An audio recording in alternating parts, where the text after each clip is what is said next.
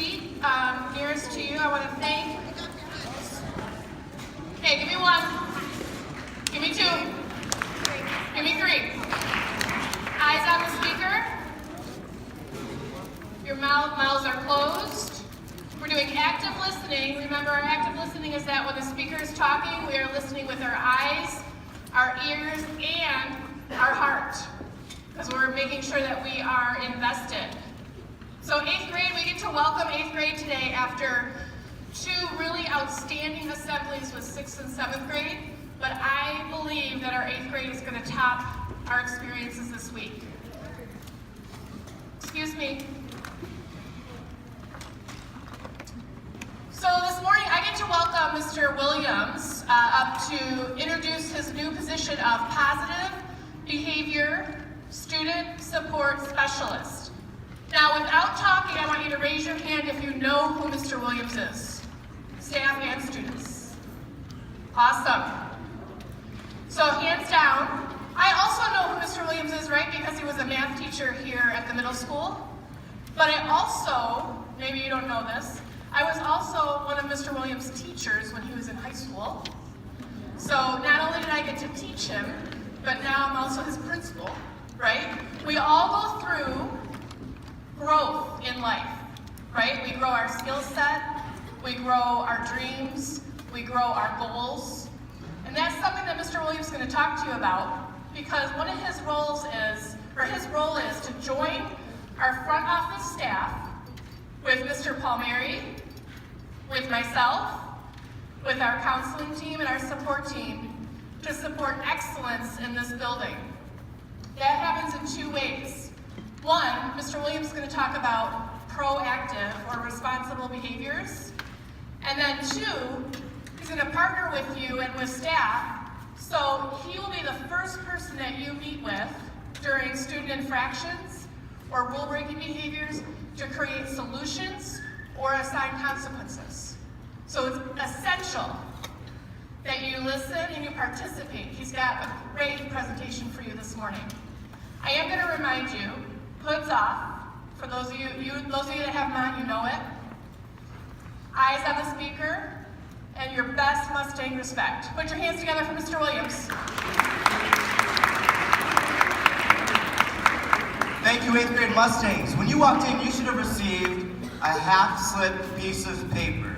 Can you flip it over so the back side is up, just the blank side? It's going to be a couple minutes before we use that, and I want to make sure I have your full undivided attention. So at this time, all writing utensils are down, papers are down. I know you're sitting at circle tables, so I need you to turn so that your eyes are on me. And so far, you're doing a great job of maintaining respect by keeping your voices off while the speakers speak. Good morning. Oh, come on. Good morning. Thank you, 8th grade Mustangs. Today, the first thing I want to do is introduce myself to you a little bit. And I thought the best way to do that would be to zoom back in time a little bit. So on the next slide, you're going to get to see little Mr. Williams. This is Mr. Williams when he was in middle school. What's all the chatter? So, there's a couple things that I want you to know about me. Voices off and eyes on me in 3, 2, 1, and 0. Again, all eyes on me. I'm going to be moving around a lot, so you got to keep up with me. Eyes here. Thank you. There's a couple things I want you to know about middle school Mr. Williams. This is me on the left, 6th, middle 7th, on the far right, 8th grade. So that was me if I was sitting in here, and at what point I was. Because as you just heard from Miss Morcone, I had my entire educational career here at Avondale Schools. So I was a Mustang. I came here, back then it was just 7th and 8th grade, and I was a Mustang. And there's a couple things that I want you to know that if I could go back in time, that I would tell myself as a middle schooler.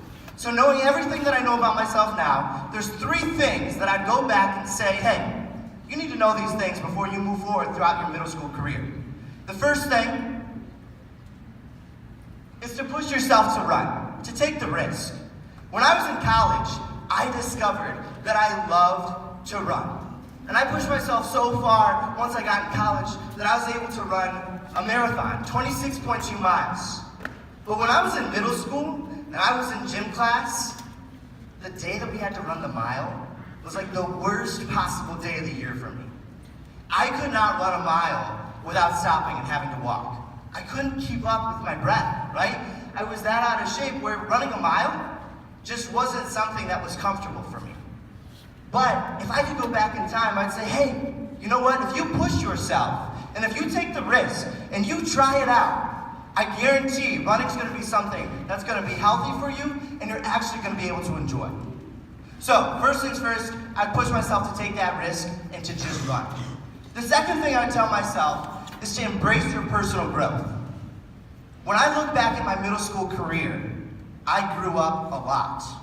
When I started off at the beginning of my middle school career, I was easily one of the quietest kids in the school. When I was in classes, I was someone who wouldn't want to raise his hand. I would try and avoid eye contact with the teacher so I wasn't being called on. I was someone who just did the right thing. I was compliant, but I wasn't someone who wanted to speak out or speak up a lot.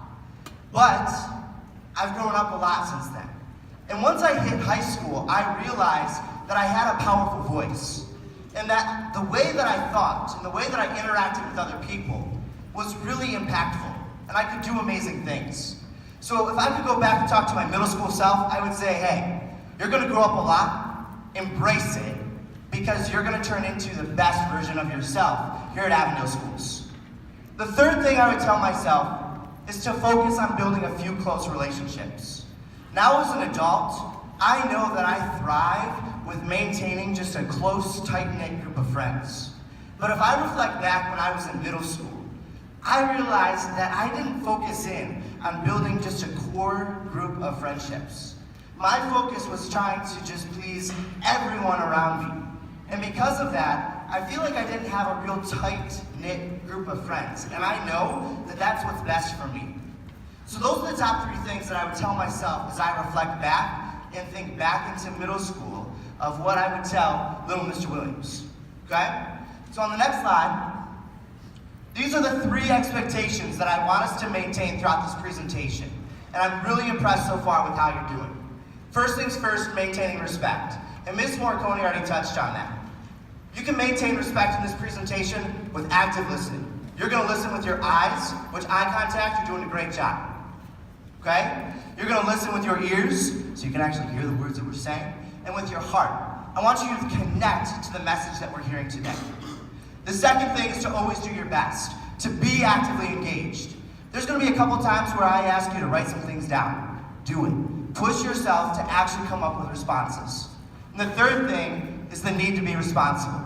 And we can demonstrate that today by following directions the first time. There's gonna be times where I'm gonna ask you to talk. There's gonna be times where I need you to get right back down to silence. And so following directions the first time that I ask is gonna help you to be responsible and help us have a good presentation. So today, we're gonna learn a couple things. 2 things are what we're prioritizing. The first thing that I want you to learn from today's presentation is to be able to explain my role as PBS cubed, okay? And that stands again for Positive Behavior Student Support Specialist. So hopefully, throughout today, you're gonna have a better understanding of my role in this new capacity for our building. The second thing that we're gonna be able to achieve is you're gonna be able to demonstrate what AMS behavior expectations are using that Mustang Mania acronym. So, on the next slide, here's my best summary of my role in our building. I believe that in this capacity, as the Positive Behavior Student Support Specialist, I am here to be a champion for growth and to promote student accountability. So let's break that down a little bit. A champion for growth. I already told you that in middle school, I grew a lot. And I want to be someone in this building who's going to be an advocate and champion your growth throughout your rest of the time here at Avondale Middle School. You're 8th graders. You only have a couple months left. And I want to push you to become the very best version of yourselves before moving on to high school. The second piece of that definition of my role is promoting student accountability. And the best way I can summarize that is by looking at these 6 rules. You've been here at Avondale Middle School. We've talked about these rules before, but these are the 6 expectations that we have in every single classroom. This is the best summary that I can come up with you of what I'm going to be holding you accountable for. So, we've talked about these in Roundup. They're in your handbook, in your agendas, in your planners, okay? These are things that you're familiar with, but realize these are the 6 things that you're going to be held accountable for every single day. I believe that if we can demonstrate these things, that Avondale Middle School is going to be a place where everyone can thrive and be the absolute best versions of themselves. So next up, we're going to take a look at our first Mustang Mania value, maintaining respect, okay? The very first thing I want you to do is to just take a silent 30 seconds and reflect on what does respect look like, what does respect sound like, and what does respect feel like. So on your papers, go ahead and silently flip them over. And in the upper left-hand corner, you're going to see a box where you can just jot down a couple notes. I want you to think, what does respect look like, sound like, feel like in classrooms? And jot down a couple ideas. What does it look like, sound like, feel like in the hallways? Jot down a couple ideas.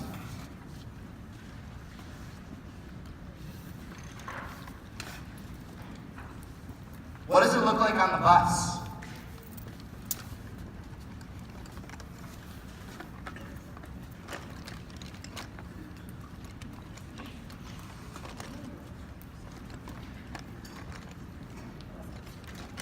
What about in the auditorium? During lunchtime?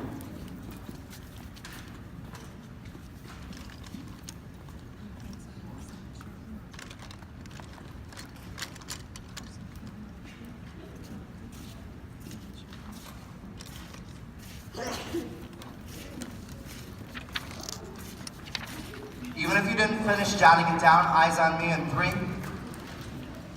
2, 1, and 0. Your pencils are down, your eyes are on me.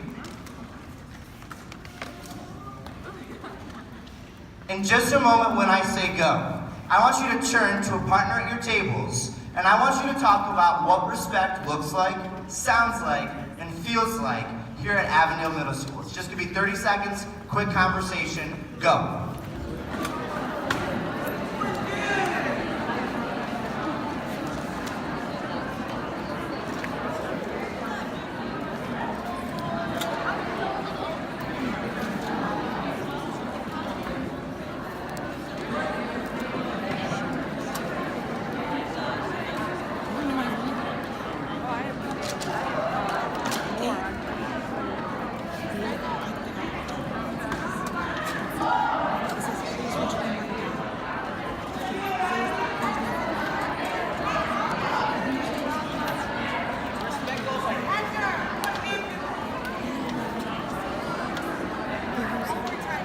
Wrap up those conversations. Eyes on me in 5, 4, 3, 2.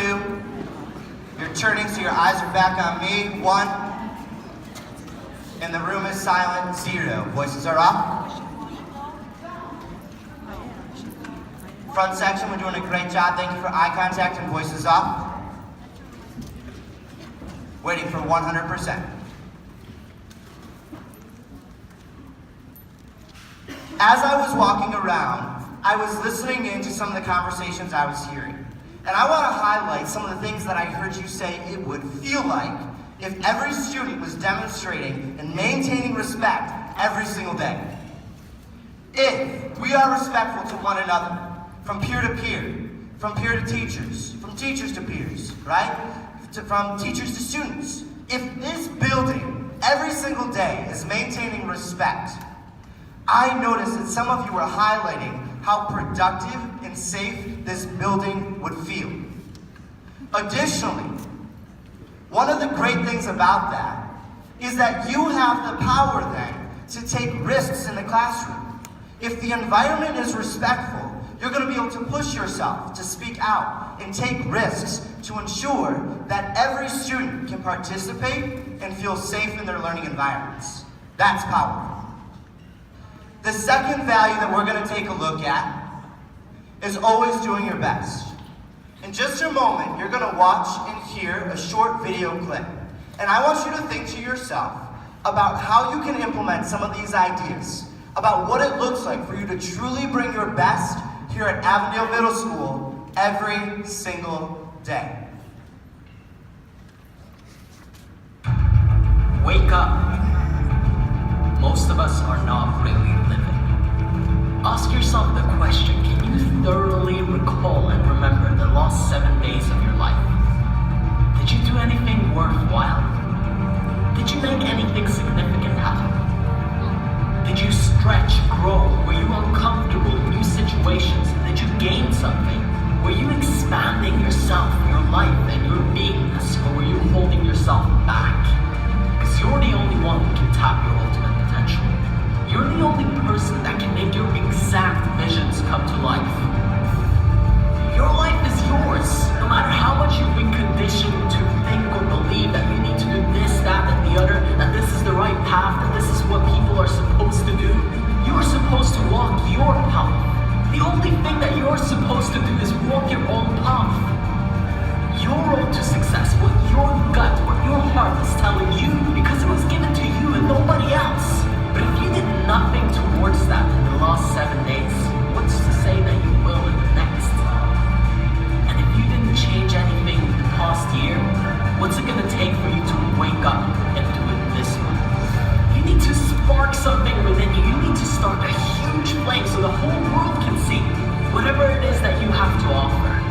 It's time to take matters into your own hands. It is your responsibility to bring out the best in you. And in order to do that, you gotta wake up. This is my time. You understand me? It don't matter what you tried to do. You couldn't destroy me. I'm still standing. I'm still strong. Not always will be. Whatever it is that you're lacking, whatever you say you're missing, whatever it is that you're trying to reach out for, create it within yourself. If you can only understand what I'm saying here, that's the first step of getting it into your life, of attracting it. From nothing to something. You've probably heard all the stories about all the greats and how they did it. But what about your story? What about your gift and contribution to the universe? What are you gonna do for yourself, the people around you? What effect are you leaving behind you? Another average and mediocre life? Or something to remember?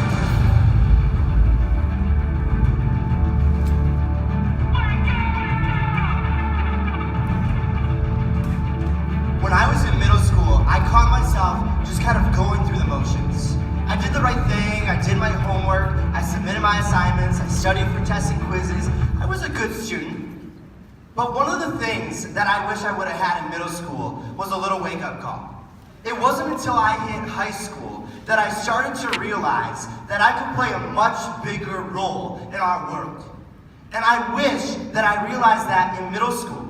I think sometimes we think, hey, I'm just a middle school student. What is it that I'm able to do in our world?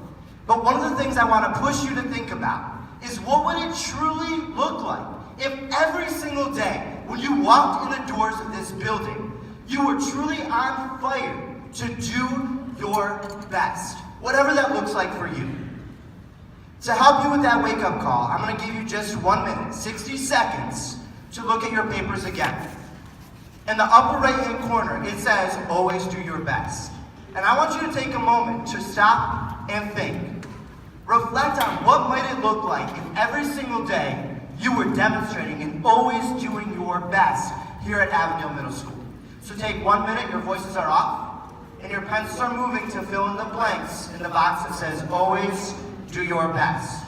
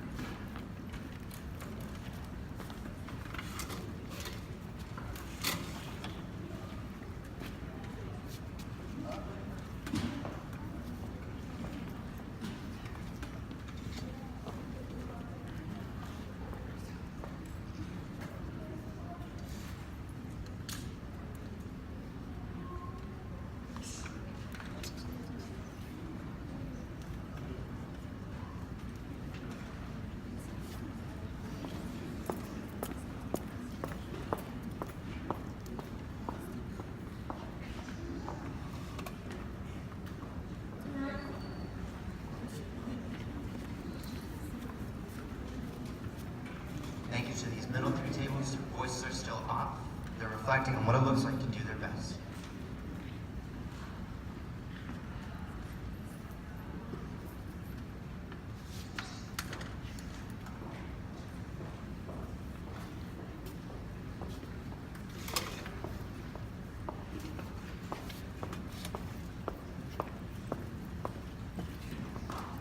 Even if you didn't finish, it's fine. Pencils are down, your eyes are on me in 3.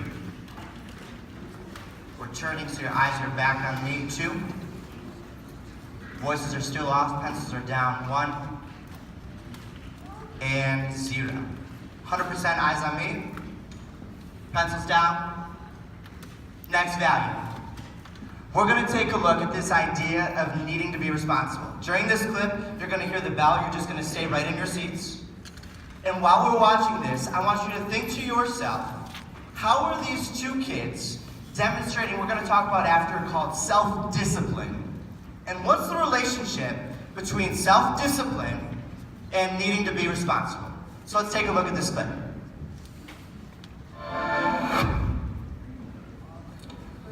The marshmallow test is a psychology experiment from the late 1960s, designed by a guy called Walter Mischel. The idea is you give young children a marshmallow and say you can eat it straight away, or if you don't eat it and hold on for 10 minutes, you can get a second marshmallow. It's all about delayed gratification, and Mischel said that those people who are good at the marshmallow test went on to have more successful lives.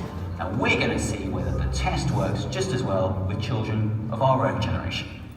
We've got C who's 6, and we got B who is 4. We're going to give you a marshmallow. If you want, you can eat this straight away, or you can wait for a bit until I come back into the room and you'll get a second marshmallow.